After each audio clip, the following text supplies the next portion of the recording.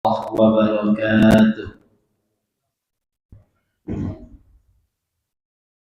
الحمد لله حمدا كثيرا طيبا مباركا فيه كما يحب ربنا ويرضى. أشهد أن لا إله إلا الله وحده لا شريك له، وأشهد أن محمدا عبده ورسوله. اللهم صل وسلم وبارك وزد وأنعم على عبدك ورسولك محمد وعلى آله وصحبه ومن تبعهم بإحسان إلى يوم الدين.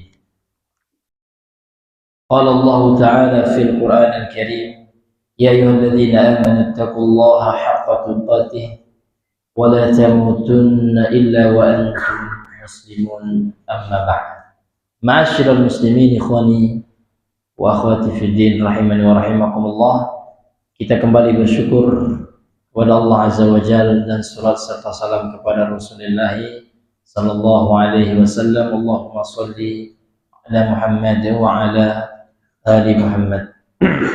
Baik, ma'asyiral muslimin, ikhwani fid din rahimani wa rahimakumullah. Kita kembali melanjutkan kajian kita terkait kitab Al-Usul min Ilmi Usul, yang mana pada pertemuan yang sebelumnya kita telah menjelaskan tentang jenis-jenis ijma'. Nah, sekarang kita masuk pembahasan yang berikutnya adalah tentang syarat-syarat ijma'. Jadi kapan ijma' itu dikatakan ijma' yang munaqad, ya, ijma' yang bisa ditetapkan sebagai ijma', ijma' yang sahih, ya. Maka harus memenuhi persyaratan minimal ada dua disebutkan oleh penulis di sini. Qala al-musannifu rahimahullahu taala syurutul ijma'i, syarat-syarat ijma'. Jadi ijma' kan sudah kita bahas sebelumnya, Pak, ya. Ijma' ini merupakan salah satu sumber hukum Islam. Ada Al-Qur'an, Sunnah. Ini namanya sumber primer, Pak, ya. Kemudian ada sumber pendukung atau sekunder, ya, yaitu ijma' dan kiasan. Jadi ijma' telah kita bahas sebelumnya pengertian. Jadi ijma' itu apa? Sepakatan siapa, Pak? Iya, ittifaqul mujtahid, ya. Ya. Ittifaqu mujtahidi, ya, hadhil ummah ala hukmin syar'iyyin, kan gitu. Kesepakatan para mujtahid umat ini, yaitu umat Islam, ya, terhadap hukum agama atau hukum syariat. Jadi bukan kesepakatan mereka terhadap hukum kebiasaan atau hukum adat atau hukum logika, ya. Namun yang mereka sepakati adalah hukum syariat, Pak, ya. Nah, ini harus kita ketahui bersama hal yang seperti itu. Baik, sekarang kita masuk kepada syaratnya, Pak, ya. Awalan, yang pertama, an yasbuta bi tariqin sahihin bi ayyakuna imma masyhuran bainal ulama'i au naqalahu thiqatu wasi'in ittila'i. Syarat yang pertama, ijma' tersebut ditetapkan dengan cara yang sahih. Dengan cara yang sahih itu yang pertama, ya, cara yang sahih itu yang pertama, ijma' itu merupakan sesuatu yang telah diketahui dan terkenal di tengah-tengah para ulama. Jadi para ulama sudah mengetahui itu sebuah ijma' dan menjadi sesuatu yang telah diakui bersama oleh para ulama. Tentu ulama di sini, Pak, ulama yang mujtahid. Dan bisa kita lihat dalam referensi kitab-kitab yang memuat tentang masalah ijma'. Contoh, ya, kitab Imam Ibnul Munzir, judulnya Al-Ijma'. Jadi kalau Bapak beli, ya, buku yang judulnya Al-Ijma', yang ditulis oleh Imam Ibnu Munzir ini termasuk ini nanti termasuk kitab yang menjadi referensi menunjukkan suatu masalah itu telah disepakati, ya, atau ijma. Bisa juga dalam kitab-kitab fikih, seperti dalam fikih Syafi'i tulisan Imam An-Nawawi, ya, syarah daripada tulisan Imam Asy-Syirazi, yaitu yang berjudul Syarhu, ya, Majmu'u Syarhil Muhadzab, ya, Majmu' Syarhil Muhadzab, ya, yang merupakan syarah dari kitabnya Imam Asy-Syirazi, ya, yang ditulis oleh Imam An-Nawawi rahimahullah ta'ala. Kemudian juga bukunya Imam, ya, Ibnu Hazm juga ada yang berkaitan dengan ijma. Ini diantaranya saja, Pak, ya. Jadi itu cara yang sahih itu yang pertama itu.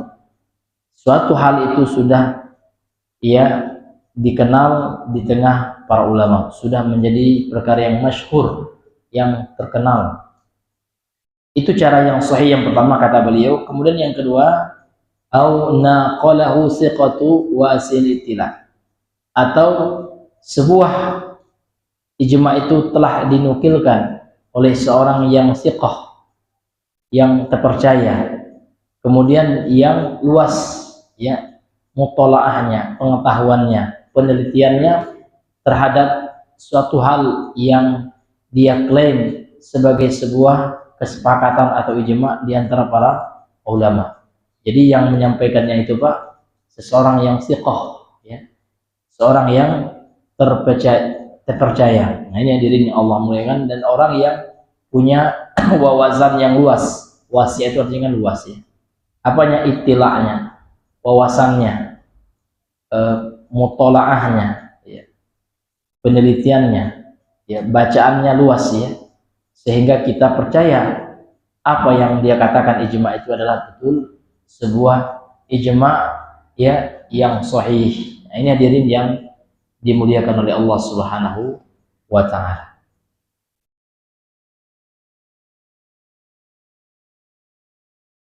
Di sini ada, ya, penjelasan sedikit dari penulis. Jadi buku Al-Usul min Ilmi Musli ini, Pak, ini tulisan Ibnu Utsaimin. Beliau mensyarah sendiri buku ini.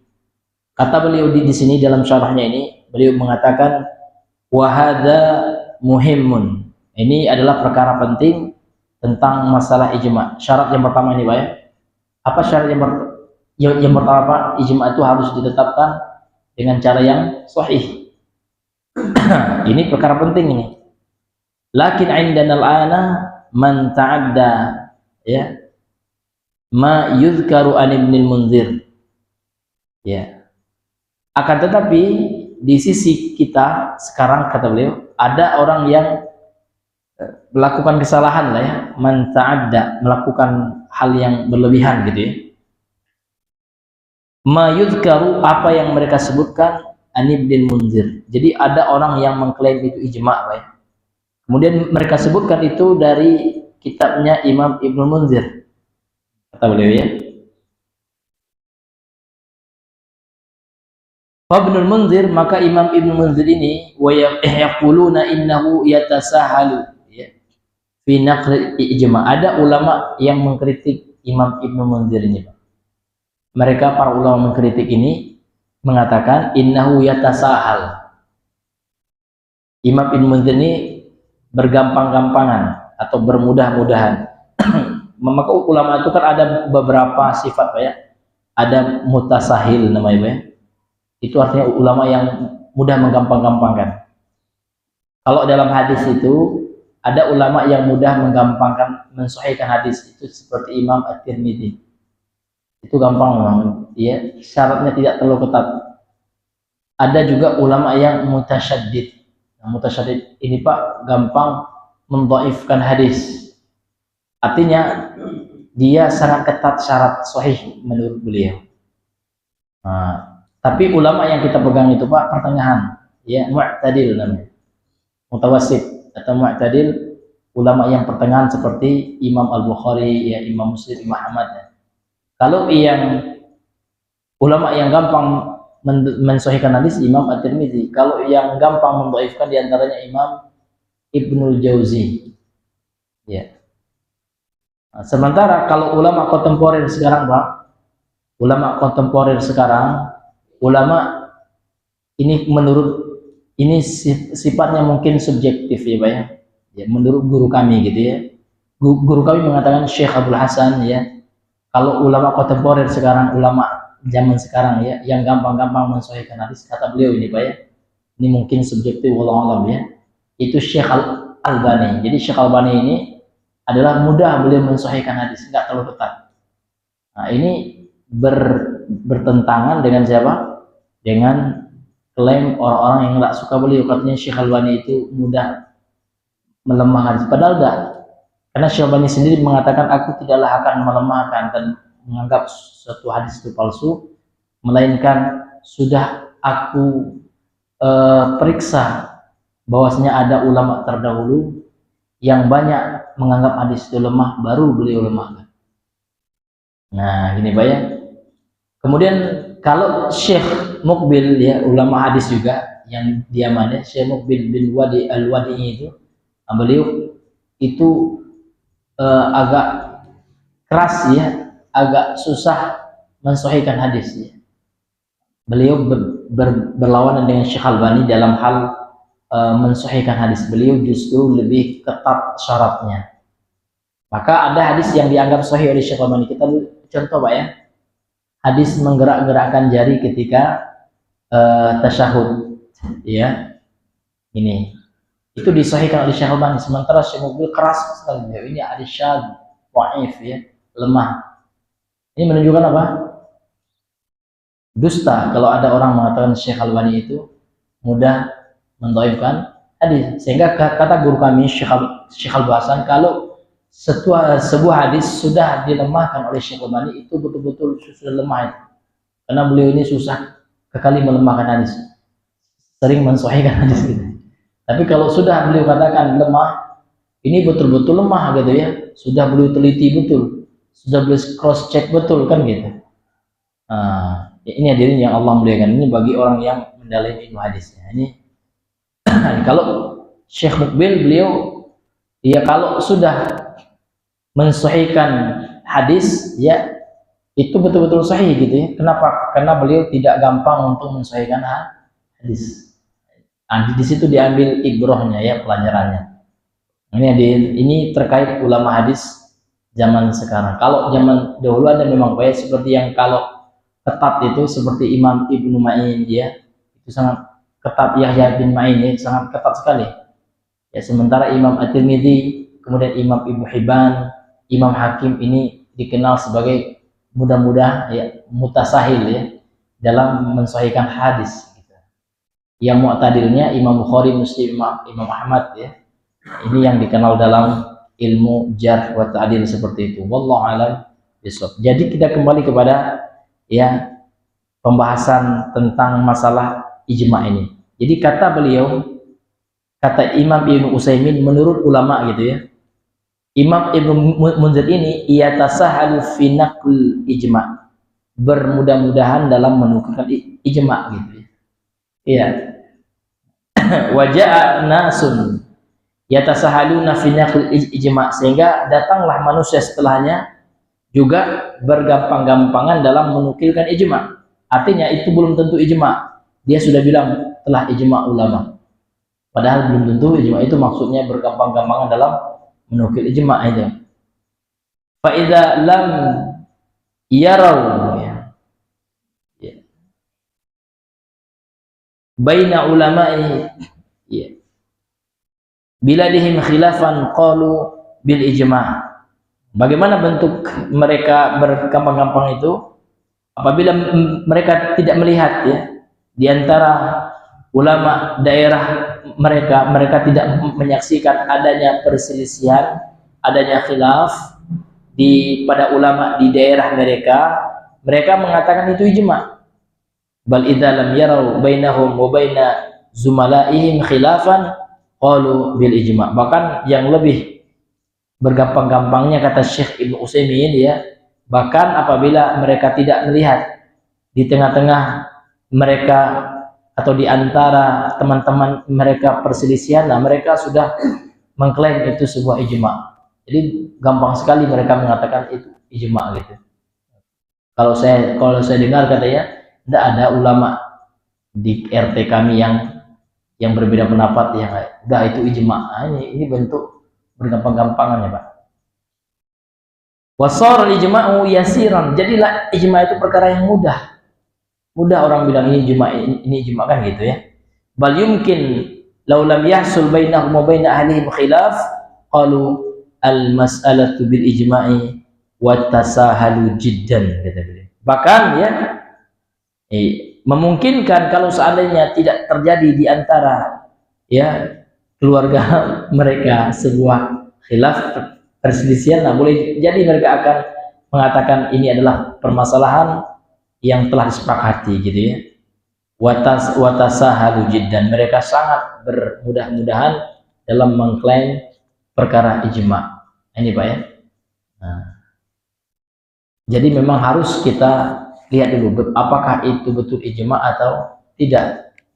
Tidak boleh kita bermudah-mudahan, itu intinya seperti itu yang ingin beliau maksudkan. Kemudian ya syarat ijma yang pertama tadi apa Pak?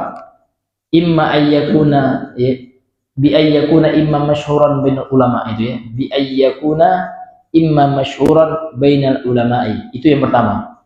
Hendaknya sesuatu yang diklaim ijma itu, kesepakatan ulama itu adalah sesuatu yang masyhur Pak ya. Sesuatu yang telah dikenal di tengah-tengah ulama. Maksudnya apa? Ai bi ayyakunal ijma'u masyhuran bainal ulama. Fakullun man takallama an mas'alatin qala al mas'alatu fiha ijma'un fa yakunul ijma'u masyhuran wa hadha ahadut tariqaini wat tariqus tsani ay yakuna naqilu ijma' siqata wasi'it tila'i. Jadi kata beliau, dan setiap orang yang mengatakan tentang masalah agama dan dia mengatakan ini adalah masalah di dalamnya telah disepakati oleh para ulama, telah ijma ulama, maka ijma menjadi terkenal. Dikenallah oleh para ulama ada ijma dalam masalah tersebut ya Pak ya, ketika sudah diketahui dan dikenal oleh para ulama. Dan ini kata beliau salah satu dari dua cara untuk ya menetapkan apakah sebuah permasalahan itu disepakati atau tidak, ijma atau tidak. Kemudian cara yang kedua Pak, ayyakuna, hendaknya ya sesuatu yang dikatakan ijma itu naqil ijma'i thiqata wasid itila. Hendaknya yang menukilkan ijma itu seorang yang thiqah. Ya. Seorang yang luas mutolaahnya atau pemahaman serta bacaannya luas ya, ilmunya luas. Maka thiqah di sini maknanya aminan, dia terpercaya Pak ya. Itu makna thiqah. Jadi kalau Bapak dengar ya dalam ilmu hadis atau ilmu ushul fikih ya, perawinya thiqah misalnya Pak ya. Nah, thiqah itu artinya apa Pak? Aminan. Aminan artinya apa? Terpercaya ya. Terpercaya. Tidak pendusta dia. Tidak suka bohong. Kalau dalam hadis Pak, kalau ketahuan orang itu berbohong, itu memang sudah di blacklist dia. Nah, kalau kedapatan dia bawa hadisnya dhaif ya.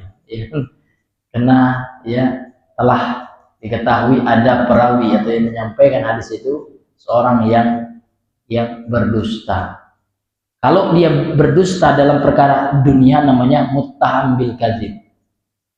Contoh ya, Imam Al-Bukhari melihat ada seorang yang membawakan hadis, ya dilihatnya kesehariannya. Oh ternyata orang itu pernah dahulu ya punya hewan ternak gitu Pak ya. Dipanggilnya hewan ternak, misalkan ya ayam ya. Nah ngasih makan, rupanya datang ayam tuh, tidak ada di pranknya ayam. Itu Imam Bukhari udah memblacklist itu, tidak bisa diambil hadisnya. Nah, kalau dalam masalah dunia saja dia berani berdusta, dikhawatirkan nanti terbawa-bawa dalam masalah hadis katanya, dan masalah agama. Udah gitu beliau menetapkan syaratnya. Artinya memang telah ditebang pilih Pak ya, hadis yang beliau sampaikan dalam Sahih Bukhari itu betul-betul perawinya itu thiqah. Dalam sisi perawi, dalam sisi sanadnya pun bersambung ntar ya.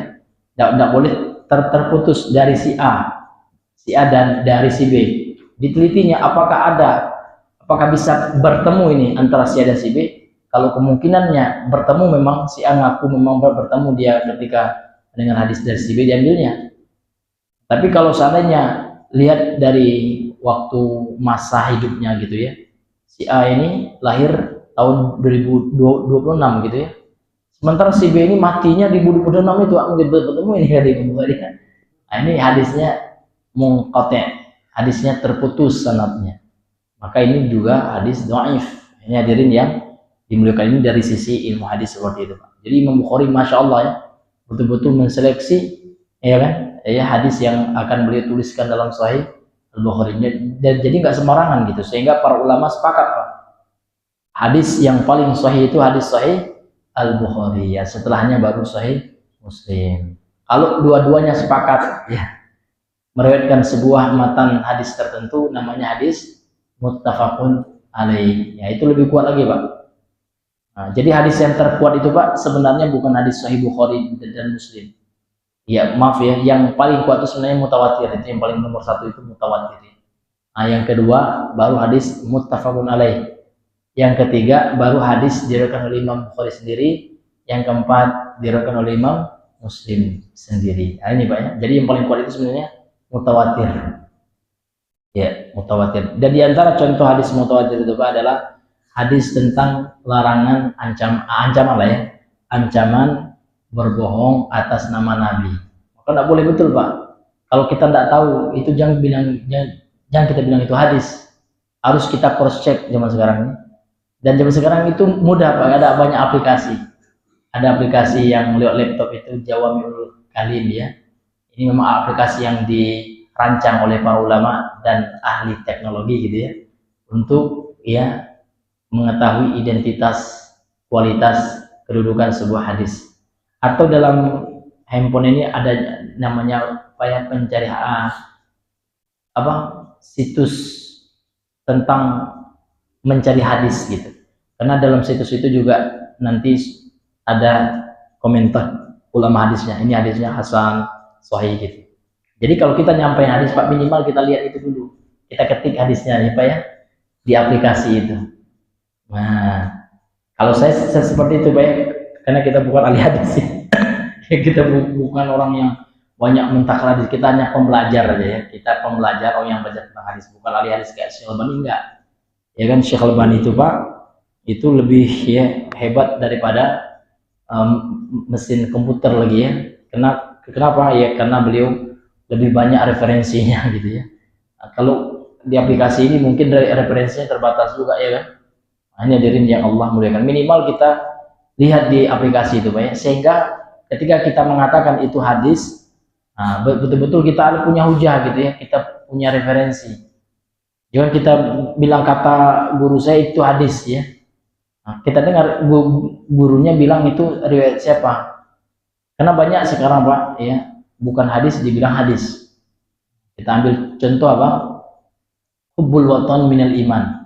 Cinta tanah air itu bagian daripada iman. Itu bukan hadis, itu pepatah Arab. Walaupun ya mencintai tanah air itu boleh, Pak, hukumnya mubah. Cinta tanah air itu ya tidak apa-apa, itu namanya cinta yang sifatnya tabiat manusia. Contoh kita cinta sama istri kita, Pak ya, ini boleh, siapa yang larang gitu kan. Sehingga Nabi pun pernah cinta kepada kota Mekah. Ya disebutkan dalam hadis ya, Nabi itu cinta kepada kota Mekah. Boleh, tapi jangan bilang bagian daripada iman gitu ya. Artinya kalau orang yang benci tanah airnya tidak beriman, itu berlebihan, Pak ya. Itu berlebihan, karena itu bukan hadis. Nah, karena ada hadis mutawatir, Pak ya, yang ada ancamannya keras sekali. Mungkin kita sudah sering dengar hadisnya, Pak ya. Apa bunyi hadisnya, Pak? Man kadzdzaba alayya muta'ammidan falyatabawwa maq'adahu minan nar. Barang siapa yang berdusta atas namaku, apalagi dia sengaja, Pak, dia tahu itu bukan hadis, dibilangnya hadis untuk apa? Untuk ada kepentingan duniawinya ya, Seperti orang di zaman pemalsu hadis Pak, di zaman pemerintahan Khalifah Harun ar-Rasyid. Ya kan yang pertama kali Pak menyuruh ulama mengumpulkan hadis-hadis itu Pak, dan memilih dan memilah hadis-hadis itu Pak, itu di masa pemerintahan Harun ar-Rasyid. Karena didapati ada seorang pedagang barjinzan. Apa itu Pak? Terong. Nah, dia membuat hadis Pak. Katanya barang siapa yang memakan terong maka akan mengobati segala penyakit. Orang berbondong-bondong beli terong dia Pak ya, dapat duit dia. Itu salah satu motif pemalsuan hadis, ada suatu kepentingan yang akan dia dapatkan. Iya. Sama juga dengan teman kita yang teman sebelah kita Pak ya, kaum muslimin juga ya. Tapi mudah-mudahan diberi oleh Allah Subhanahu wa taala hidayah ya. Barang siapa yang kurus 3 hari katanya, maka dia akan mendapatkan ya keimanan.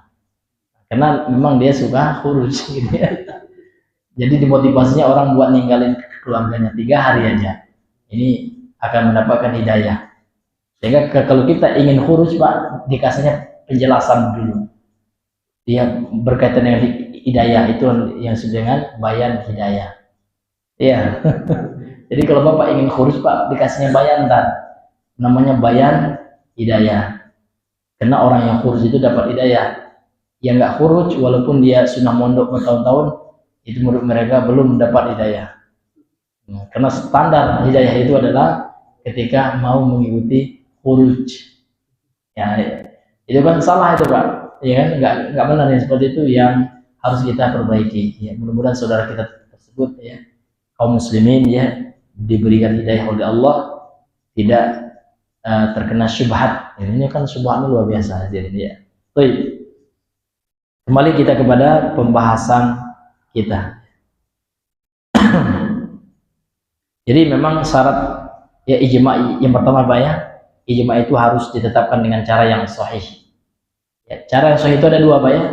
Yang pertama Pak, sesuatu ijma itu telah dikenal di tengah-tengah ulama. Kemudian yang kedua, yang menukilkan ijma itu seorang yang sikoh kan gitu Pak ya. Seorang yang luas ya pemahaman dan ilmu hadis. Nah, ilmunya tentang itu adalah sebuah ijma. Seperti itu. Sehingga di sini beliau mengatakan wasiul ittila yang dimaksud dengan orang yang luas mutalaahnya, fa illam yakun wasiul ittila wa in kana siqatan la yuqbal. Ini Pak ya. Jadi syarat yang kedua ini Pak, orang yang apa nama itu ijma yang ditetapkan dengan cara yang sahih, orang yang meriwayatkan itu sebuah ijma adalah seorang yang terpercaya. Dan yang kedua, harus luas ilmunya tentang ijma itu. Wa in kana siqatan, taruhlah gitu kata beliau, orang itu siqoh, terpercaya dia, jujur Pak ya. Namun ilmunya tidak luas, mutolaahnya kurang gitu ya. La yuqbal, ini juga tidak diterima. Harus 2 ini Pak ya. Syaratnya harus 2 ini, turunan dari syarat yang pertama. Jadi syarat yang pertama Pak, ijma itu ditetapkan dengan cara yang sahih. Jadi cara yang sahih itu ada 2 Pak ya. Kalau kita bikin skemanya, syarat ijma yang pertama ditetapkan dengan cara yang sahih. Cara yang sahih itu dibagi 2. Yang pertama, ijma itu sudah dikenal, masyhur, terkenal di tengah-tengah ulama. Kemudian cara sahih yang kedua, harus dinukilkan oleh seseorang yang pertama terpercaya. Kemudian yang kedua Pak, luas ilmunya tentang ijma. Kalau hanya terpercaya tapi tidak wasiul ittila, tidak punya ilmu yang luas dia, enggak juga Pak ya. Jadi dalam agama ini tidak bisa modal jujur saja, harus modalnya ilmu juga gitu.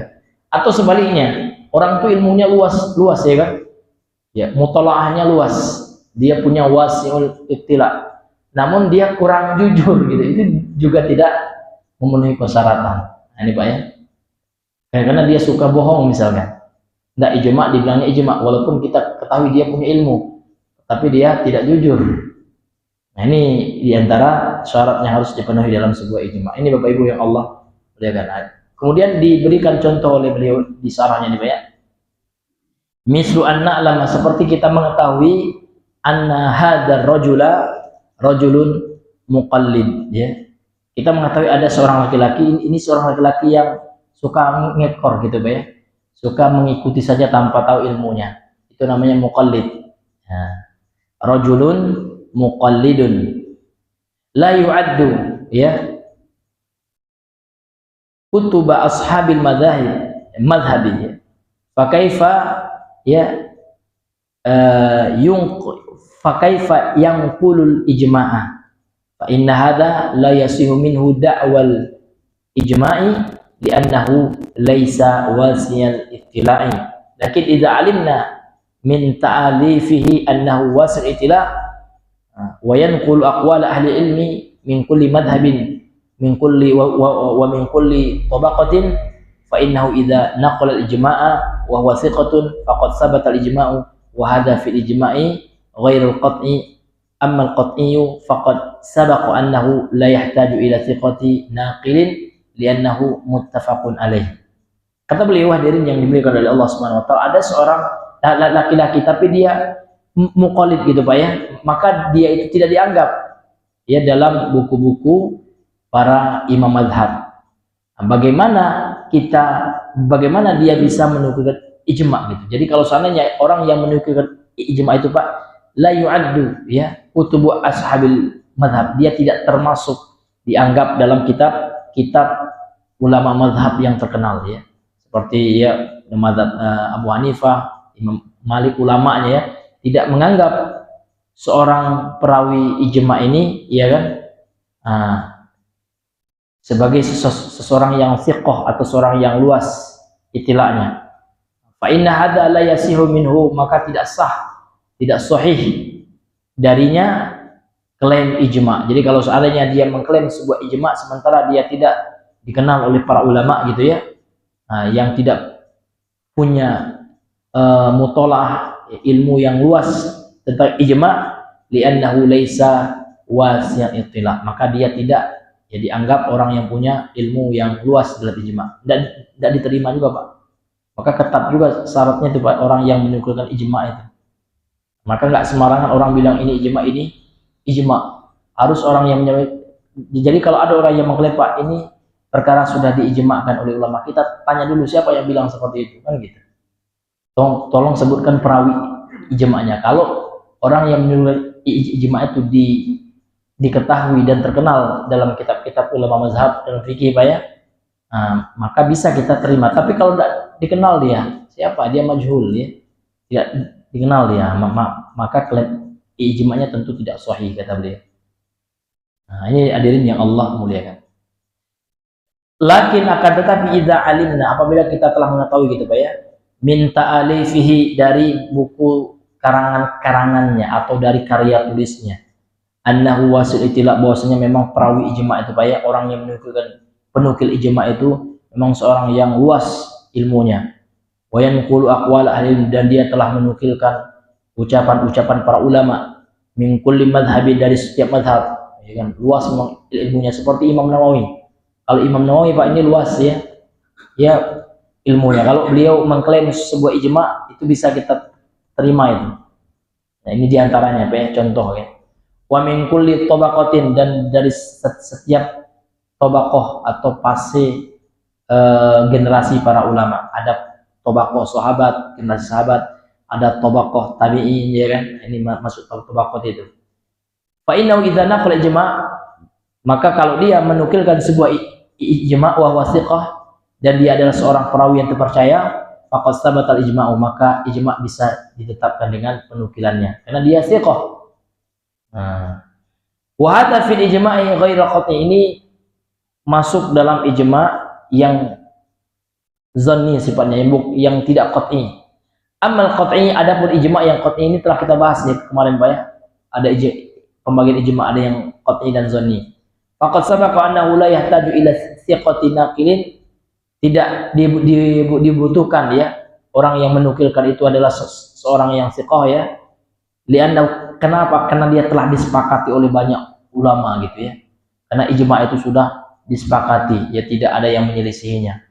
Ini hadirin yang Allah muliakan. Ini syarat yang pertama. Tapi, Pak ya, ini sudah kita baca tentang syarat pertama karena ingat waktu juga Pak ya. Insya Allah pada pertemuan yang berikutnya syarat yang kedua. Ya. Ya. Waalaikumsalam warahmatullahi wabarakatuh.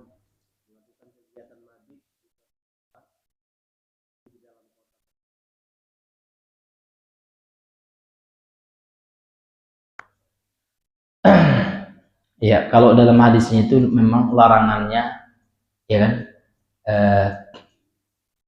la tusafiru imro'atan illa ma'adi mahram, gitu ya. Tidak boleh seorang perempuan itu safar kecuali bersama mahram. Sehingga pendapat yang kuat dalam masalah safar itu berdasarkan dohir daripada hadis seperti fatwa Syekh Shalal Fauzan yang lainnya, bahwasanya wanita itu safar harus harus bersama mahram. Kalau tidak dia berdosa. Dia berdosa juga, orang tuanya juga berdosa. Kenapa enggak nemani anak perempuan? Apakah cukup mahramnya teman-teman perempuan? Enggak. Mahram itu Pak harus sesuai dengan nasabnya itu. Ayahnya boleh menjadi mahram, kemudian siapa? Abangnya, adik laki-lakinya. Tapi adik laki-lakinya itu Pak harus sudah balik. Iya kan? Tapi kalau adiknya dijadikan mahram baru umur 3 tahun, tidak bisa. Ya kan? Nah, mahramnya harus balik. Ya kan? Walaupun keadaan sekarang sudah aman, gitu ya. Karena ada juga sebagian yang berpendapat kalau sudah aman kan tidak mesti Ustadz, gitu ya. Banyak sekarang Pak kita anggap aman, tidak aman. Betapa banyak ya seorang wanita yang pergi kemana-mana dewe, ya kan? Akhirnya, mohon maaf ya kalau kita lihat di berita ya, dia dicabuli, ya kan? Dilecehkan dia.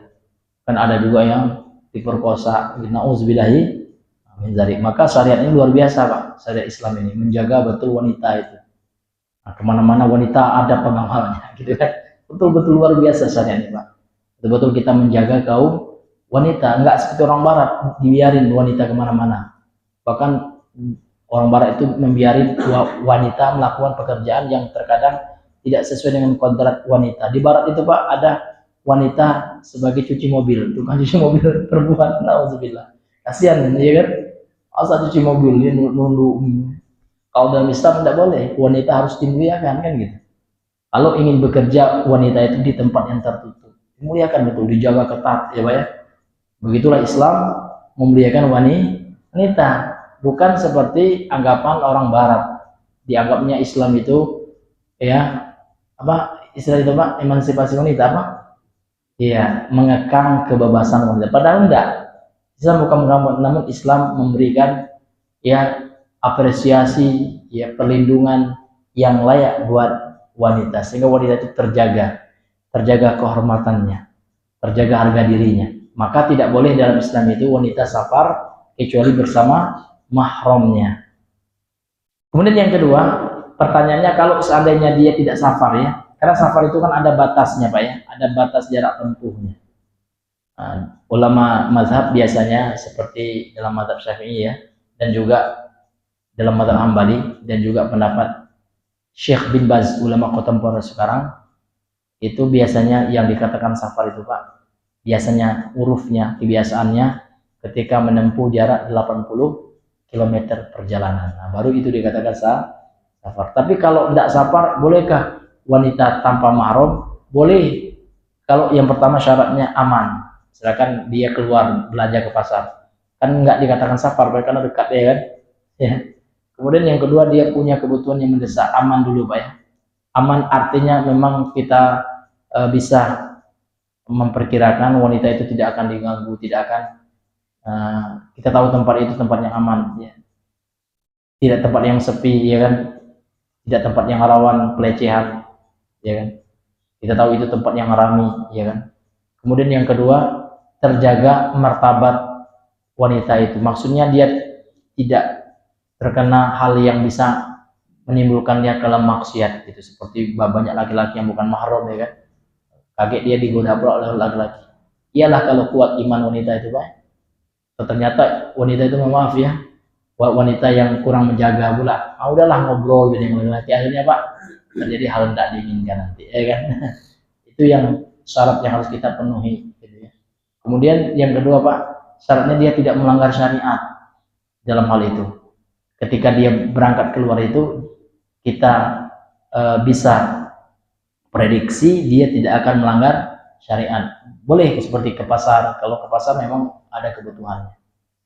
Demikian juga mabit itu. Mabit ini maksudnya mungkin apa Bang? Iktikaf ya. Ya, iktikaf ya. Kalau iktikaf, kalau kita yakini itu aman, tidak ada ikhtilat ya, bercampur baur laki-laki dan perempuan dalam satu ruangan masjid, ya, maka boleh dia. Kalau kita yakin aman. Karena di zaman Nabi juga ada istri-istri Nabi, bahkan para sahabiah ikut iktikaf gitu Pak. Nah itu syarat yang harus dipenuhi itu ya. Yang pertama memang ada kepentingannya. Dia iktikaf ini ada kepentingannya enggak? Ya ada memang dibutuhkan atau tidak? Atau cuman hanya main-main doang? Kalau main doang enggak usah aja ya gitu ya. Kemudian yang kedua dia harus aman dia. Aman dari fitnah. Ya jangan sampai ketika dia mabit itu ada cowok pula ya kan. Yang akan dia tuju yang bukan mahram, akhirnya terjadilah yang tidak diinginkan. Ini harus dipenuhi syarat itu baru sah. Kalau memang tempatnya dekat dan bukan jarak safar, itu baik. Wallahu a'lam bishawab. Baik, karena sudah jam 6 ya. Ya, mungkin kita cukupkan sampai di sini. Subhanakallahumma bihamdika, asyhadu an la ilaha illa anta, astaghfiruka wa atubu ilaik. Assalamualaikum warahmatullahi wabarakatuh.